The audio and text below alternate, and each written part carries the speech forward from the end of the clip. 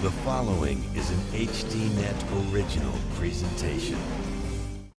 The following story contains graphic images that could be disturbing to some. Viewer discretion is advised.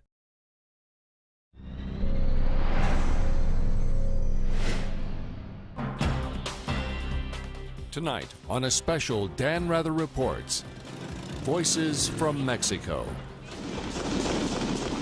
The drug war is raging, the body count is soaring, and success south of the border seems even more elusive than ever. In the next hour, Dan Rather talks to those living the war, what should be done, and why the United States needs to take this crisis even more seriously.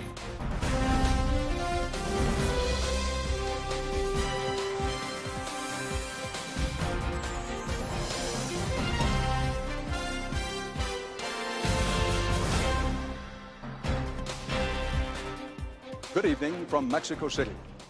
More than 34,000 Mexicans have been killed in this country as part of the U.S.-backed war against drug traffickers. And the drug cartels have now expanded their reach from beyond the borders into almost all parts of the country, even some here in the center, Mexico City. We came here to get the pulse of the drug war and found a sense that what is being tried now isn't working. Anxiety is high, and many are saying that it's time for a radical rethink. Tonight, we will examine this crisis in depth and from several perspectives, hearing from those struggling to understand and forge policy on the front lines. The United States and Mexico have a long, uneasy relationship rooted in disputes over territory, immigration, and the trafficking of arms and illegal drugs across the border.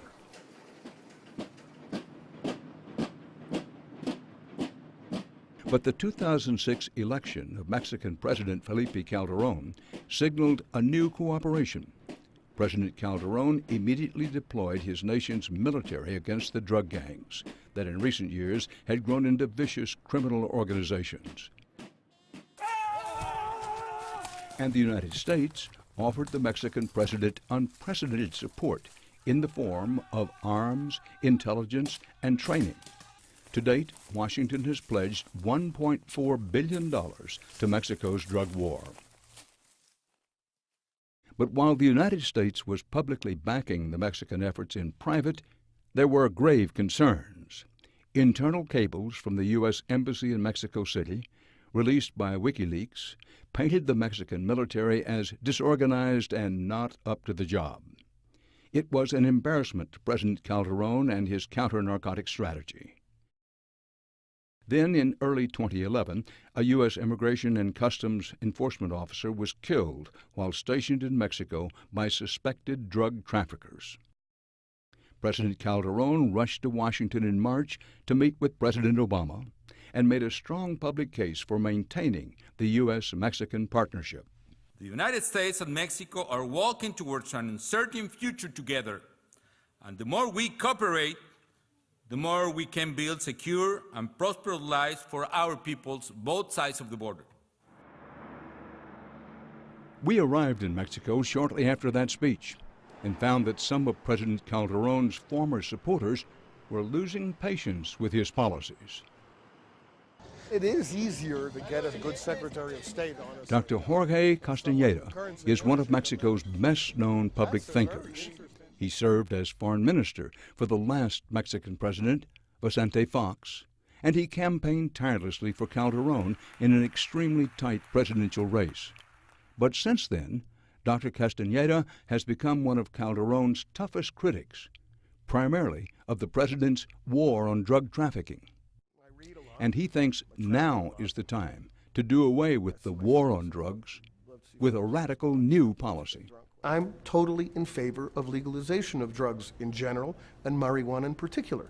You know, there are people who are watching, listening to this and say, ooh, Dan Rather's interviewing a very radical guy down there in Mexico. He's got all these radical proposals. Do you see them that way? Well, legalization of drugs doesn't seem to me to be a terribly radical proposal. 47% of the people of California voted for it in terms of marijuana just 4 months ago.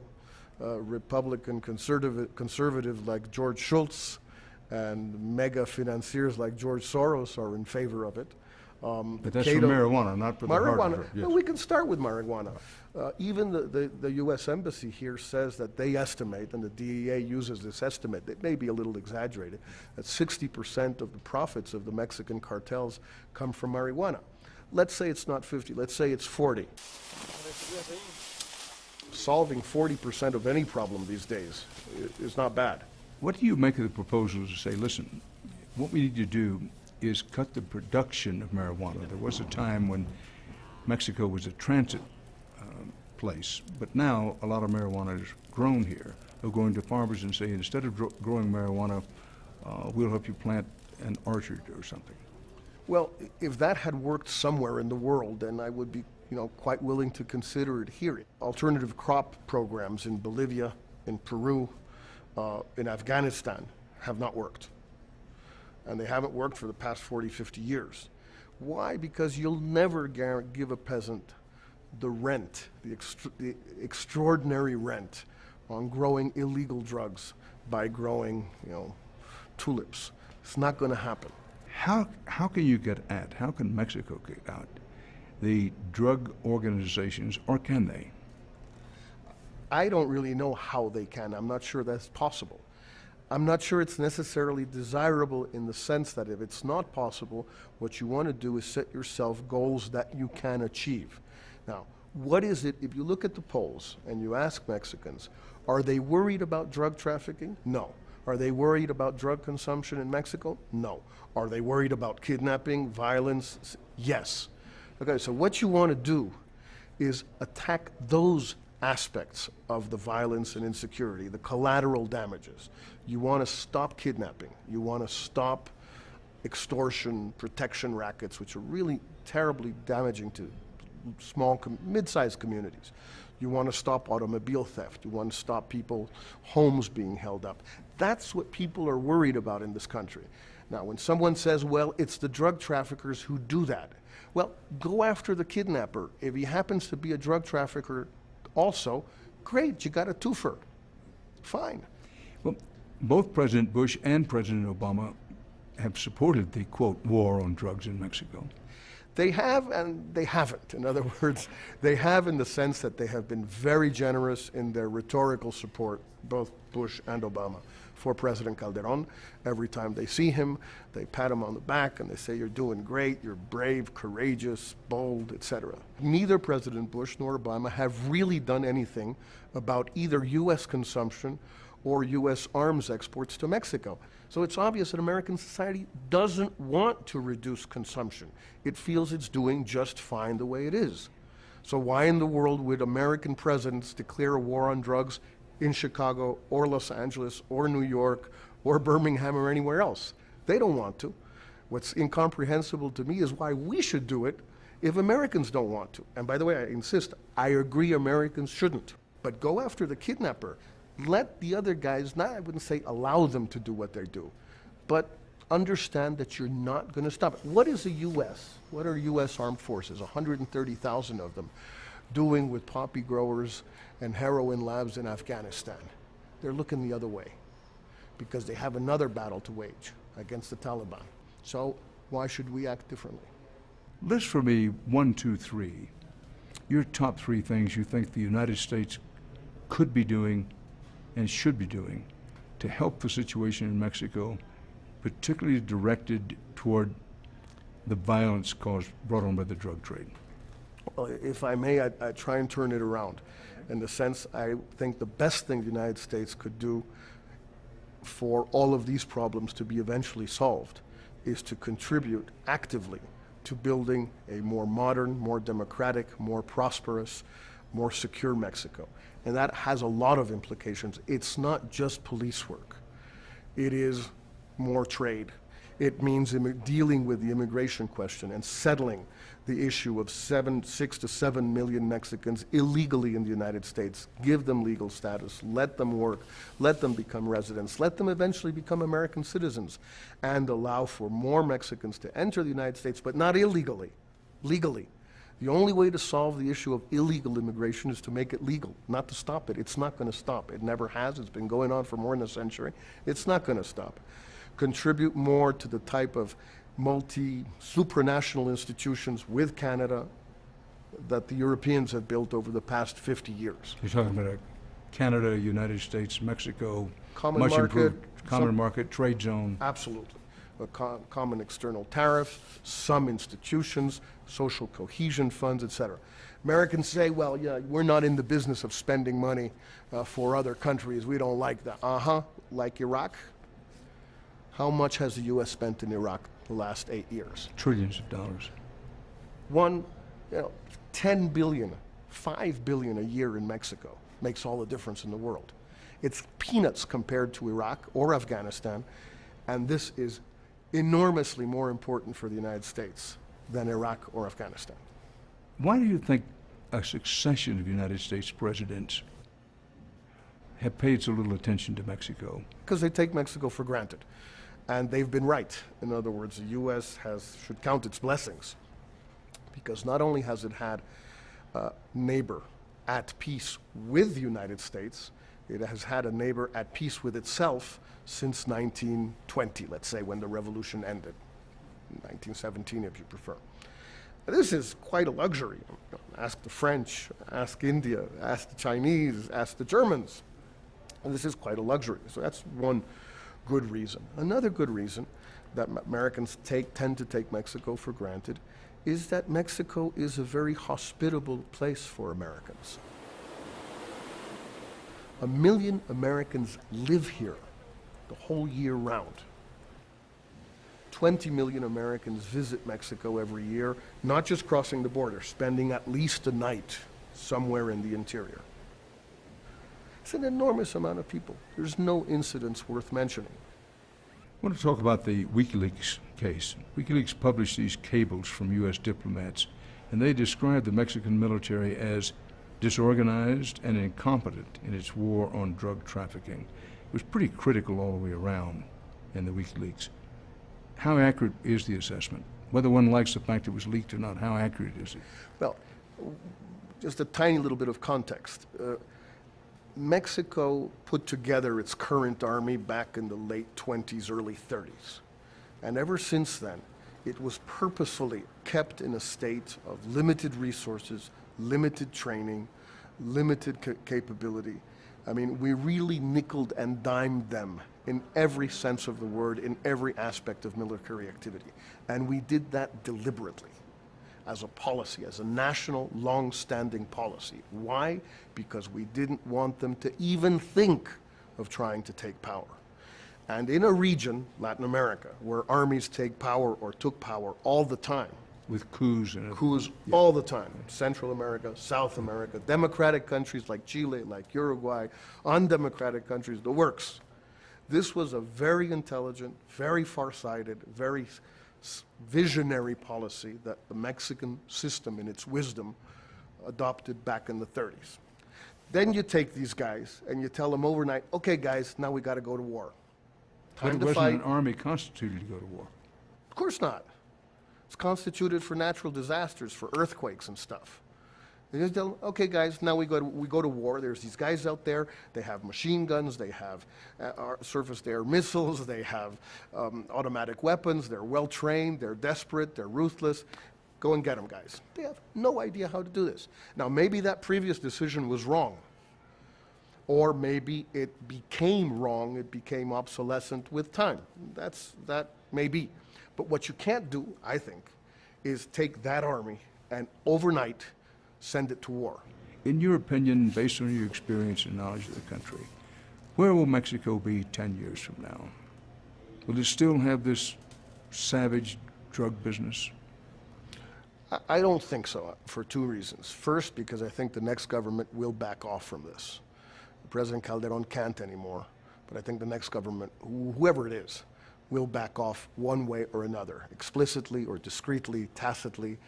This can't go on. You mean go more toward law enforcement rather than military war? More law enforcement, less army, more tolerance, less obsession, more silence, less grandstanding, less stridency, firstly. Secondly, I think that Mexico 10 years from now will be a very prosperous country. you look at the change in Mexico over the past 10 years and just extrapolate that same change for the next 10 years, this will be a prosperous, democratic, middle-class society where millions of foreigners come and live, where Mexicans find good jobs, higher-paying jobs, with stable institutions, and maybe where one of the economic activities that people have here is growing and exporting marijuana to the United States. Doctor, thank you. Thank you, Mr. Gatter. It's an honor. Thank you very much. My pleasure.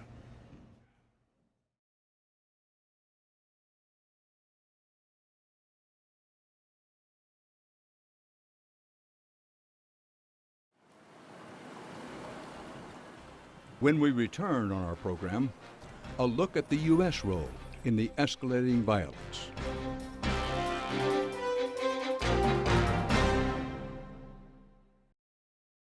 The following story contains graphic images that could be disturbing to some.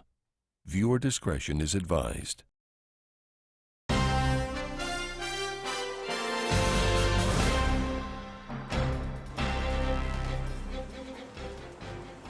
The epicenter of the drug violence in Mexico is the city of Juarez, just across the Rio Grande from El Paso, Texas. Juarez isn't only the most violent place in Mexico, but it's also one of the most violent cities in the entire world. Last year alone, the city of 1.5 million had more than 3,000 drug-related homicides.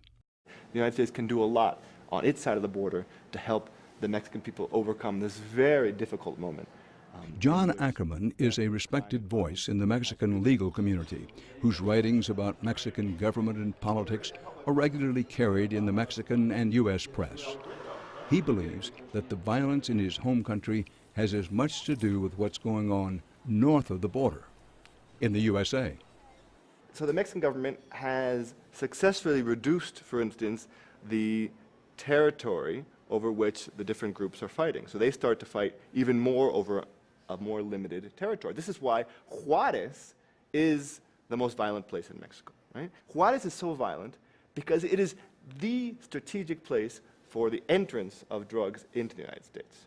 Okay? And guns coming the other way? And guns come through wherever, but Ciudad Juarez happens to be the place where the drugs go across the border. And so the Mexican government has put pressure on those transit routes, and that's created to fighting between the narcos. Now, the Mexican government says that this is indication that the Mexican drug cartels are weaker, right?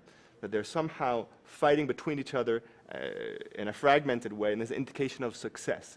I don't see that. I don't see any hard evidence of success in the war. What I see is an increase of violence because of this territorial military strategy. Is it a war on drugs? Both the Mexican and the U.S. government have tried to sideline the idea that this is a war, but in practice, it's still being carried out as if it were a war. Mexico is militarized. We have over 50,000 troops in the streets with military checkpoints, violations of human rights right and left. This is not something that would be tolerated in the United States. Imagine a military checkpoint on I-95. That wouldn't go very nicely with the U.S. population. Well, whether you call it a war or a movement or an effort, is it something that President Calderon can win? I think the Mexican people can win it. Calderon's on his way out. There's federal elections next year. Calderon... He only served one term. He only served one term. There's no re-election. It's been 6 years. Calderon's not going to win it. That's pretty clear. He's leaving in a year and a half. The Mexican people, I think, can win it, but it depends on a little bit more creative leadership by the United States and relationship between the United States and Mexico. It seems to me that Obama and the U.S. Congress is distracted by issues in the Middle East, which are a very important distraction and a very important priority. But we have a very serious situation in Mexico, and the U.S. political establishment has not paid serious and enough attention to what's happening in Mexico. Do you or do you not consider Mexico teetering on the brink of becoming a failed state? I don't think so. I mean, the Mexican institutions are strong, abstractly speaking. We have a very large budget. We have oil in Mexico. There are an important amount of police and military. The problem is that isn't that we don't have a state in Mexico. The problem is that that state which exists is not doing its job. And so that's a different situation, because the idea of a failed state is the idea of a country that doesn't have a state and is basically in anarchy and chaos. While Mexico does have these institutions, the problem is making them work. Do you not consider it teetering on the brink of becoming a narco state? Well, that's a good question. The big question I have is to what extent the narcos are already inside the government. Right? The inheritance of the governments run by the Party of the Institutional Revolution, which is the party which was in power for 71 years until 2000, the inheritance of that government, it's pretty well recognized, has been one of alliances between the narcos and the government. Now, the sitting government, Calderon government and the Fox administration previously has changed the situation. Unfortunately, there isn't clear evidence that they have made a really aggressive anti-corruption push. So the suspicion is that the narcos are still inside the state itself. So it's not a question of whether the Mexican government is going to turn into a narco state. It's a question of whether the Mexican government will be successful in pushing out those elements of the narcos who are still sort of left in there from the previous administration and continue to be ratified today. You know that a widespread attitude in the States is, listen, we keep pouring money into Mexico and things just get worse. It's a corrupt, violent place, and it's pretty much a lost cause. What's your reaction to that? There's a lot the United States can do which doesn't necessarily imply money. Right? So let's stop the guns going down to Mexico. 90% of the weapons used in these killings come from United States gun shops. Recently, the Agency on Tobacco and Firearms issued a request for an emergency resolution which would require gun shops in the southwestern part of the United States to report, only report, multiple purchases by the same person at the same gun shop of assault weapons. Just to report, just so that we can have a little bit better of a law enforcement strategy to stop these guns from going to bloodthirsty drug cartels in Mexico.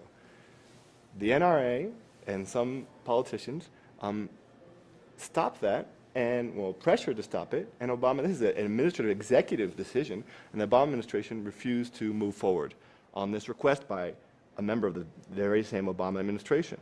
Now, this is not even talking about the right to bear arms. This is just basic information requirements which allow for a law enforcement strategy. So to me, this is an obvious way in which the United States could support the Mexican people without necessarily increasing funding. Doctor, one of the things we try to do in our program is give some context. Sure. And to deal as best we can in some depth. Mm-hmm. We've got a situation here where in Washington, and it's not new with this administration, it's tended to say, well, Mexico's a problem because it sends all these drugs north. Here, President Calderon, and fairly recently, once again said, listen, a big problem for us is the guns going south. Sure. Is this or is it not a case of don't blame me, blame the other guy? And what can we do about that? I think it's true that both Mexico and the United States are responsible for this problem. Right? It would be incorrect and unfair for the Mexicans to blame the Americans, or for the Americans just to blame the Mexicans. We need to have a joint strategy. Calderon is right that the United States should control the flow of arms and money south, reduce drug consumption, and the U.S. government, public opinion is right that the Mexican authorities need to confront that problem of corruption. This is something that Calderon has not made important forward steps on in the last 4 or 5 years. So there are serious problems on both sides. We need to avoid this kind of name-calling and really sit down and think of creative new strategies to resolve this problem. Well, with this spike in violence, which you mentioned, violence is up, it's increasing. Is that, in your judgment and opinion and based on your experience, because of increased drug activity or the aggressive, militaristic response by President Calderon? I think it's a result of the mistaken way in which Calderon and the U.S. government has been looking at the problem in Mexico. Basically, it's been, again, looking at the issues as if it were a war, a battle for territories. And Mexican public opinion is starting to change. In the beginning, the majority of the people supported Calderon's strategy, and now, every day, he's starting to lose support. And he's losing support because the amount of dead is going up year by year. We now have 35,000 violent assassinations the last 4 years, and people are convinced that something is wrong with the strategy. It doesn't necessarily mean that confrontation with the drug cartels needs to end, but it does mean that something different has to happen. And I think the United States has an important responsibility in this. Just ahead on our program, in the trenches with the reporter who is dug deep inside Mexico's shadowy criminal underworld. You'll want to hear what he has to say.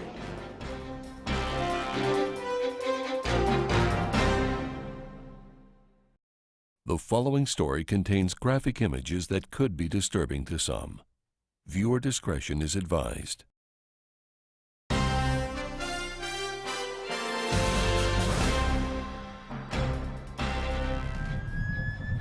4 years ago, we reported from what was then the heart of the drug war, the dusty towns along Mexico's border with Texas. At the time, it looked like things couldn't get much worse.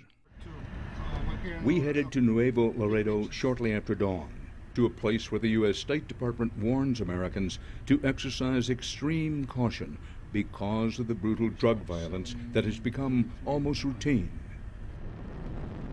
Our guide was a journalist who didn't want us to use his name because he has to live here after we leave. On the highway to the entrance of the city is a shrine to the fearsome-looking Santa de Muerte, or Saint Death. Lit cigarettes and beer are left in hopes that favors will be granted and protection offered. If the cartel members have a god, this is it. It's what, 7:33 in the morning? Well, why are we coming in so early? It's better if you take the work early in the morning. Sometimes at night time, it's hard to do this kind of activities because the problem in Nuevo Laredo. Problem being people shoot things. Yeah, it's dangerous to be at night. Perhaps no people in Mexico have been harder hit than the folks who live here. So far this year, 170 people have been killed in drug-related violence. 2 men from Laredo shot and killed. 2 men shot in broad daylight, driving down a main street. This man shot at the front door of his house. This man killed as he got off the bus. You don't have to be here very long or be much of a reporter to see what the problem is. This house tells a lot about it. Bullet holes in the garage, bullet holes up here. This is a pretty good Nuevo Laredo neighborhood. But what happened was the drug traffickers, in their fierce battles for supremacy, sometimes erupt into battles that encompass whole neighborhoods. It did with this one. About a week before we got here, 45 minutes of automatic weapons fire, at least 4 people killed. Virtually this whole part of the city was silent and listened in fear as the big drug lords' armies fought it out. Perhaps you're wondering what the police are doing to stop the violence that has threatened to shut down their bustling border town. The police force in Nuevo Laredo I've seen gradually weakened over the past couple of years. Mariano Castillo is a reporter who covers Nuevo Laredo and the border for the San Antonio Express. For a long time, there's been problems with local police who were on the take with the Gulf Cartel. And that eventually led, about 2 years ago, to a giant gun battle between local police and federal police. It also led to things getting so bad, the federal police stayed to patrol the streets afterward last year. The result of that was a huge clampdown where all 800 officers in Nuevo Laredo were kind of put on hold, all their backgrounds checked. And as a result, half of the police force either quit or was fired. And now there are even fewer. This is part of Nuevo Laredo's police station. About 160 police officers for the entire city. They're, of course, targets, prime targets for the drug cartels. This year alone, more than a dozen police officers have been killed. They are outmanned and outgunned, and they know it. Since our first report, the death toll has kept climbing, and at an increasingly faster rate. The sprawling capital, Mexico City, hasn't suffered the kind of violence plaguing Mexican cities along the U.S. border, but it is the base of operations for President Calderon's war on drug trafficking and home to the architects, experts, and observers of the controversial strategy. Well, the security seems pretty tight here. We've been approached, 4 or 5 times since we got here. Certainly. I mean, We spoke to one of those observers, British journalist Jon Grillo, who writes for Time magazine and is finishing a book on drug cartels called El Narco, Inside Mexico's Criminal Insurgency. We met him outside a detention center where some of the world's most feared drug kingpins have been held while awaiting trial. Well, where are we? This is a place where they get highly dangerous criminals, the criminals considered a threat, dangerous, and they hold them for up to 3 months before they are decided if they're going to charge them and put them in a regular prison or release them. When Grillo moved to Mexico about 10 years ago, the big story was the end of Mexico's 70 years of single-party rule. But the excitement about Latin America's newest democracy was soon replaced by the escalating violent drug war. You've been covering Mexico for over a decade. Yep. How has it changed here? Mexico was very optimistic then. It was just got rid of one party who had ruled Mexico for 71 years, almost like a dictatorship, known as the perfect dictatorship. And that party had gone from power and people were very optimistic and happy, a bit like people are celebrating in Egypt right now, looking forward to this brave new democracy. Now we're seeing real pessimism and attempts to reflect, what has gone wrong, what has happened to this country, why is these big dreams of a great democracy and free market, where have they gone sour?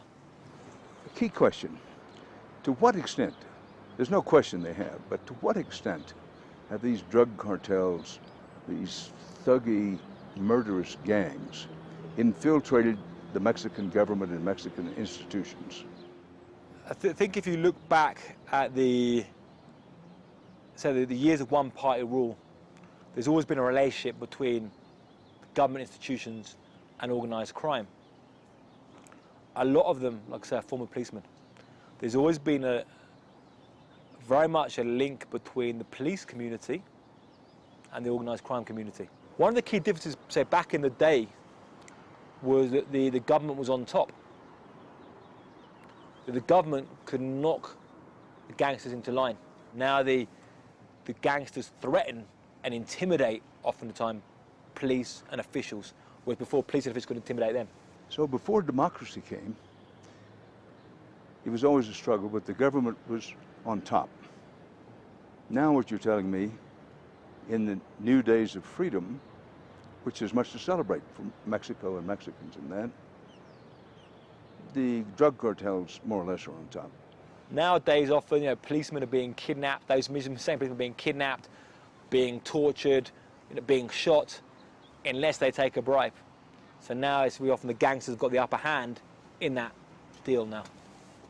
Well, describe for me the major gangs now, and what gang is dominant, if any. In Mexico, you have at least 7 major drug cartels. That's one of the reasons it's so complicated to deal with this situation.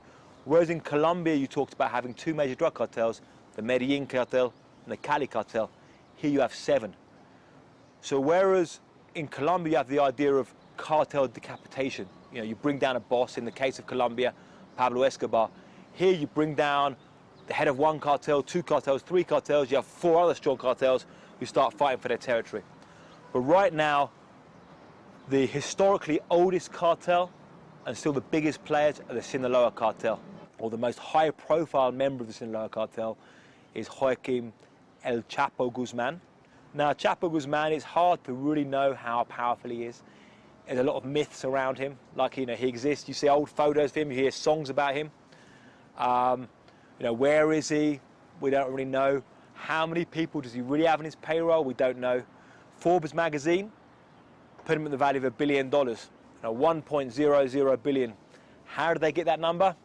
I don't know. I don't think it's an exact science, which the Mexican government was very offended by.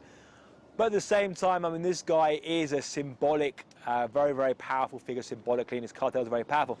Let me ask you something I've heard, and based on your experience, I'm going to ask you whether it's true or not. That the United States trains some Mexican army members in U.S. infantry tactics, take them to special training in the States. They come back, hopefully stay in the Mexican army and help the Mexican army. And what I hear is drug cartels use their money to siphon off some of those people. Say, listen, what's your army pay? We'll quadruple it if you come and teach us what the Americans have taught you. Is that true? In Mexico, there's a lot of Mexican military, Mexican special forces who now work directly for the cartels. They've defected from the military and become gangsters. There certainly has been a lot of training of Mexican military. Among some of that training and some of the kind of manuals that have been used to train them have been exposed, have been declassified. They've been trained in anti-insurgency techniques. There have been some controversial elements of their training which could involve torture as well. It's very hard to pin down exactly which guys were trained and which guys are working inside the cartels now. Well, do you feel safe interviewing these killers? Well, I think anyone covering the Mexican drug violence right now can't be dismissive of the dangers. And one has to try and protect themselves in as many ways as they can. One thing, if you look at a lot of the assassinations on Mexican journalists, they've often been for very concrete reasons. They accuse politicians, they accuse networks of corruptions, they put names and addresses. Now, one thing I try and do, I'm not interested, if I interview someone in the criminal justice, I'm not interested in putting the names and addresses where people work. I'm not interested in putting corruption networks. I'm not interested in putting any exposure of things which could damage the overall organization. I'm trying to understand from a human point of view what makes these people tick. So I'm very careful not to try and upset or put any information which could damage these organizations for my own safety. At the same time, like I say, anybody right now covering this in Mexico cannot be dismissive about the level of violence, you know. Well, just yesterday, saw in one of the local tabloids here in Mexico City, front page splash of an assassination, and I said to myself, this is good for the cartels. It's advertisement. You fool with us, and this is what can happen to you. Exactly right. So the cartels want stuff in the papers. Now, these guys say sometimes they'll plan a murder with the news bulletins. Like, they'll know there's a news, 10 o'clock there's going to be a news bulletin on the TV. So like 8 o'clock they'll put out a body which they know is going to make the 10 o'clock news. They plan it. They put car bombs and so forth. They want media exposure for these. So now there's a big debate here where the president has said, please don't cover so much violence. It's giving us a bad name and you're helping the cartels. But then sometimes these newspapers are in between a rock and a hard place where they'll sometimes get someone phoning them up saying, if you don't put this in tomorrow's paper, there's going to be a problem for you guys. So they want to dictate to the media. Now, for the media, it's very, very hard. What do? I've got somebody phoning up saying, if I don't run this, I'm dead. I've got somebody else phoning up saying, if I do run it, I'm dead. How can I operate in this environment? Well, the record shows that Mexico is probably the most dangerous place in the world for a working journalist, even more so than Iraq or Afghanistan. It's very sad what's happened to Mexican journalists. While they've been exercising their freedom, they've been under a very sustained attack. And the Mexican government hasn't been able or hasn't had the real will to protect them. I would really lift up my hat to Mexican journalists. They've done an excellent job in exposing corruption, exposing drug violence, exposing all of the intricacies of what's been happening here the last few years. A lot of what's in the American newspapers and the American books comes first from Mexican reporters digging it up. And I think, although Mexico's seen some very sad things in terms of corrupt politicians and poor policing the last few years, journalists are a general institution, I would say, have been a success in a democracy. Coming up next, the story of one woman who has dared to expose some of Mexico's most dangerous secrets.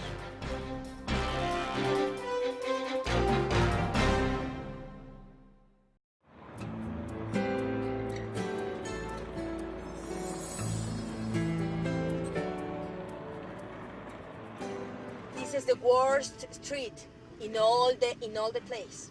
This. Inside there, there is the most big place where sending drugs, all kind of drugs. My name is Ana Hernandez, and I am a journalist for 18 years. Annabelle Hernandez is the very definition of guts. While other journalists like Yon Grillo try to explain Mexico, she goes after the bad guys. And she has risked it all by just publishing a book exposing the ties between the drug lords and members of Mexico's elite. Everyone from prominent government officials and military leaders to titans of the business world. One of Mexico's most notorious drug lords, El Chapo, graces the cover. This investigation, it was very hard to do because first, I'm a woman. And in Mexico, the policemen and the generals and all these people, including the drug lords, they don't want to talk with a woman. That is a world of men.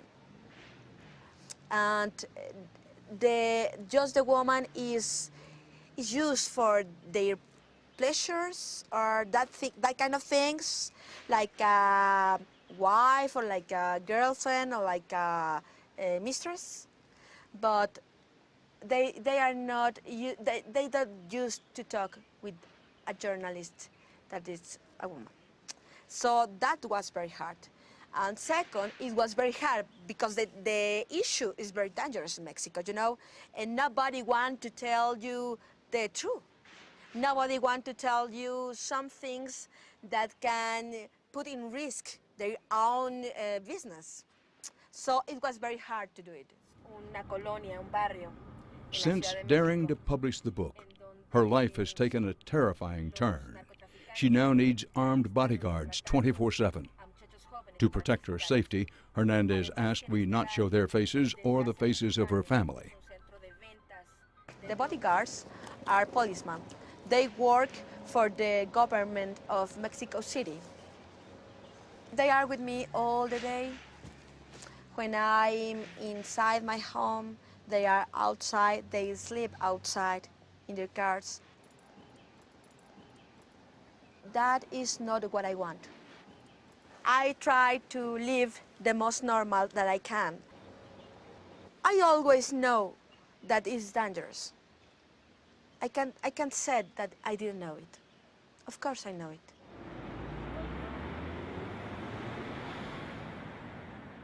I know perfectly that a journalist can be killed. There are 61 journalists killed in Mexico in the last 10 years. So it's a truth. But I believe that we have to fight for our freedom, for the freedom to talk, for the freedom to denounce the corruption.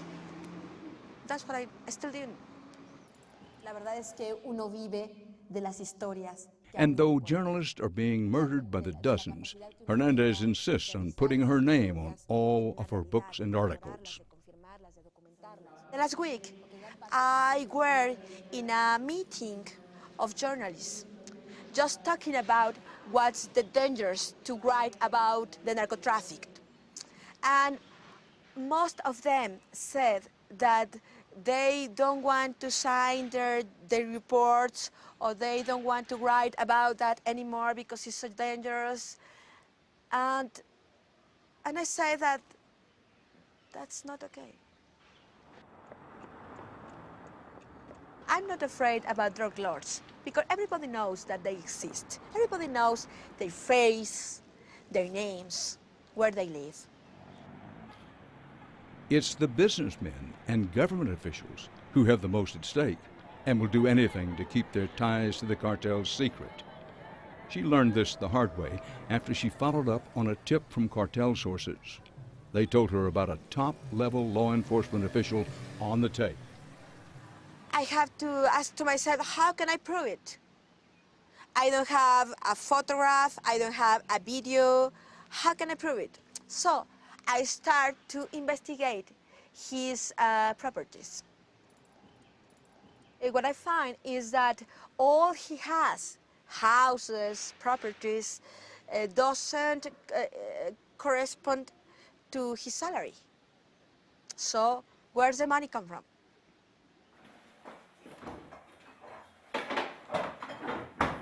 Hernandez says that revelation has led to death threats, not from the drug lords, but from that high-level government official.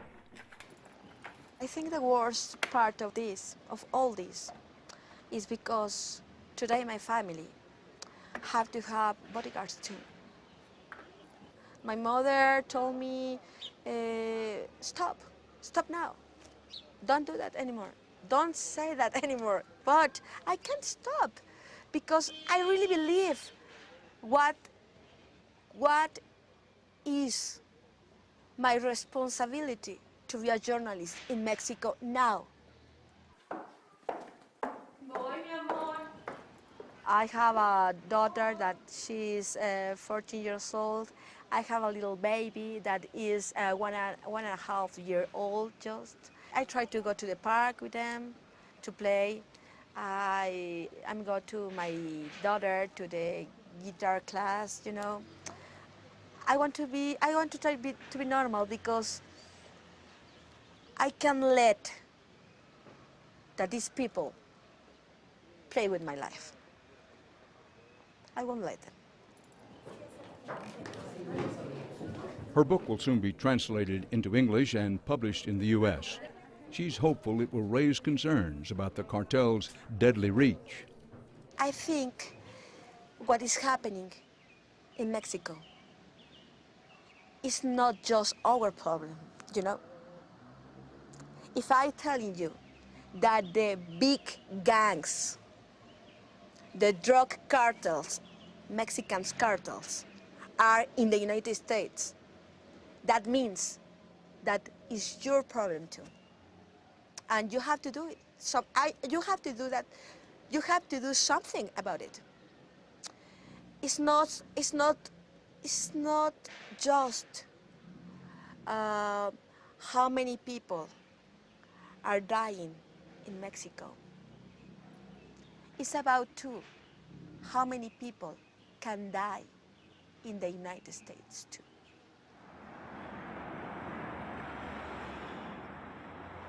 That is on the minds of policymakers in Washington, who, with President Calderon's consent, recently began flying drones over Mexico to track the cartels. The U.S. and Mexico seem determined to keep ramping up the war on drug trafficking. But the human and political cost may prove too much for whoever takes Calderon's seat when his presidential term ends next year. We'll be watching. And that's our program for tonight.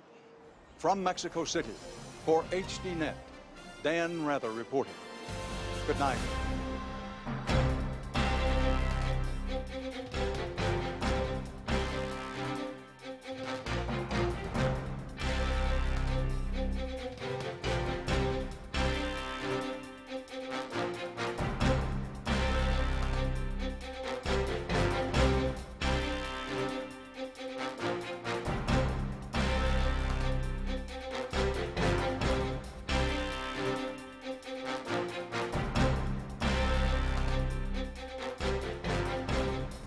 If you would like to add your name to an email list for information on upcoming programs, or if you would just like to send a question or comment, please email us at viewer@hd.net.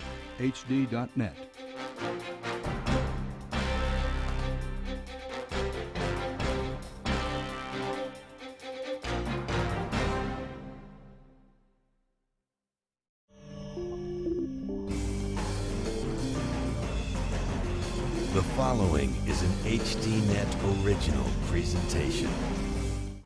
The following story contains graphic images that could be disturbing to some. Viewer discretion is advised.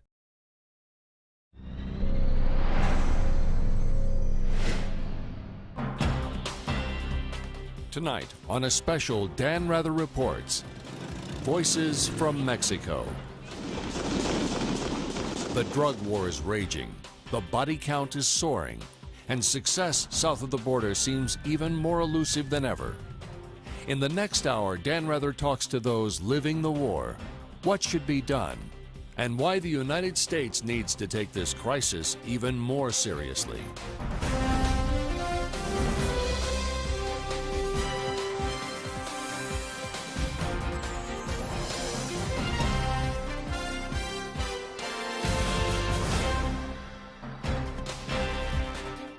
Good evening from Mexico City. More than 34,000 Mexicans have been killed in this country as part of the U.S.-backed war against drug traffickers. And the drug cartels have now expanded their reach from beyond the borders into almost all parts of the country, even some here in the center, Mexico City. We came here to get the pulse of the drug war and found a sense that what is being tried now isn't working. Anxiety is high, and men rushed to Washington in March to meet with President Obama and made a strong public case for maintaining the U.S.-Mexican partnership. The United States and Mexico are walking towards an uncertain future together, and the more we cooperate, the more we can build secure and prosperous lives for our peoples, both sides of the border. We arrived in Mexico shortly after that speech and found that some of President Calderón's former supporters were losing patience with his policies. It is easier to get a good Secretary of State on Dr. Jorge Castañeda is one of Mexico's best-known public thinkers. He served as foreign minister for the last Mexican president, Vicente Fox, and he campaigned tirelessly for Calderón in an extremely tight presidential race. But since then, Dr. Castañeda has become one of Calderón's toughest critics, primarily of the president's war on drug trafficking.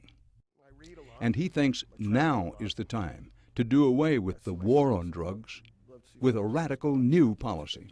I'm totally in favor of legalization of drugs in general and marijuana in particular. You know, the people who are watching, listeners will say, ooh, Dan Rather's interviewing a very radical guy down there in Mexico. He's got all these radical proposals. Do you see them that way? Well, legalization of drugs doesn't seem to me to be a terribly radical proposal. 47% of the people of California voted for it in terms of marijuana just 4 months ago. Republican conservative polls. And you ask Mexicans, are they worried about drug trafficking? No. Are they worried about drug consumption in Mexico? No. Are they worried about kidnapping, violence? Yes. Okay, so what you want to do is attack those aspects of the violence and insecurity, the collateral damages. You want to stop kidnapping. You want to stop extortion, protection rackets, which are really terribly damaging to small, mid-sized communities. You want to stop automobile theft. You want to stop people, homes being held up. That's what people are worried about in this country. Now, when someone says, well, it's the drug traffickers who do that, well, go after the kidnapper. If he happens to be a drug trafficker also, great, you got a twofer. Fine. Well, both President Bush and President Obama have supported the, quote, war on drugs in Mexico. They have and they haven't. In other words, they have in the sense that they have been very generous in their rhetorical support, both Bush and Obama, for President Calderón. Every time they see him, they pat him on the back and they say, you're doing great, you're brave, courageous, bold, etc. Neither President Bush nor Obama have really done anything about either U.S. consumption or U.S. arms exports to Mexico. So it's obvious that American society doesn't want to reduce consumption. It feels it's doing just fine the way it is. So why in the world would American presidents declare a war on drugs in Chicago or Los Angeles or New York or Birmingham or anywhere else?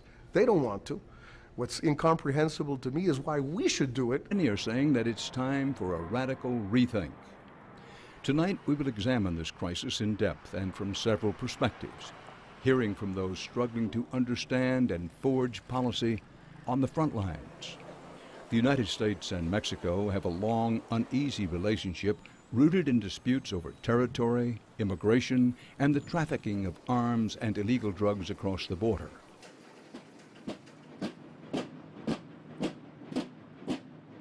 But the 2006 election of Mexican President Felipe Calderón signaled a new cooperation. President Calderón immediately deployed his nation's military against the drug gangs that in recent years had grown into vicious criminal organizations.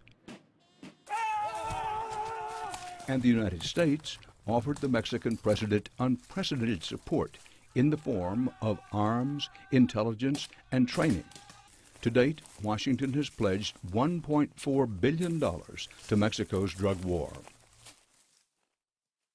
But while the United States was publicly backing the Mexican efforts in private, there were grave concerns. Internal cables from the U.S. Embassy in Mexico City, released by WikiLeaks, painted the Mexican military as disorganized and not up to the job.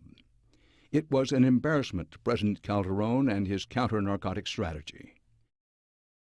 Then, in early 2011, a U.S. Immigration and Customs Enforcement officer was killed while stationed in Mexico by suspected drug traffickers. President Calderón, conservatives like George Shultz and mega financiers like George Soros are in favor of it. But that's for marijuana, not for the hard drug. Yes. Well, we can start with marijuana. Even the U.S. Embassy here says that they estimate, and the DEA uses this estimate, it may be a little exaggerated, that 60% of the profits of the Mexican cartels come from marijuana. Let's say it's not 50, let's say it's 40.